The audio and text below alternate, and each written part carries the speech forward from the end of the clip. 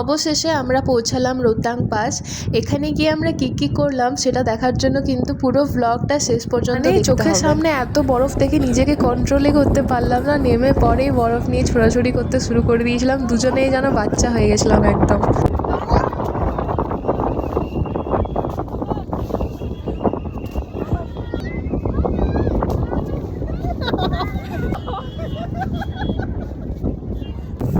হাত তো লাল হয়ে গেছে একদম। তারপরে আমরা ভাবলাম কিছু একটা অ্যাক্টিভিটি করা যাক, তাই আমরা এখন এসেছি স্লাইডিং করতে। হ্যাঁ, চলো আমি আসি। বাহ,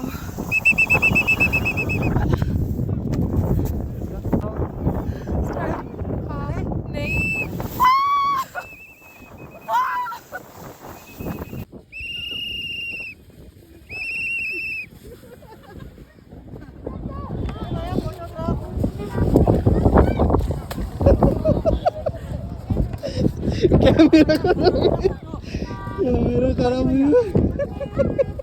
আমাদের মোমো চলে এসছে। এখানে বসে বসে মোমো খাওয়া। আর কিছু কিছু মানুষের আলাদা ফ্যান্টাসি, এই বরফের মধ্যে কোল্ড ড্রিঙ্কস। ঘরে আগে এই ভিডিওটা পাঠাতে হবে। তারপর আবার কি, এবারে তো আমাদের ফেরার পালা। সত্যি কথা বলতে এই জায়গাটা ছেড়ে একদম যেতে ইচ্ছে করছিল না, মনে হচ্ছিল সেইখানে আটকে থেকে যাই, কিন্তু কিছু করার নেই, যেতে তো হবেই। একটু এগিয়ে আমরা দেখলাম ঘন কালো করে মেঘ এসছে, হয়তো এক্ষুনি বৃষ্টি নামবে। এরপর আমাদের নেক্সট ডেস্টিনেশন হলো অটল টানেল আর সুলাং ভ্যালি।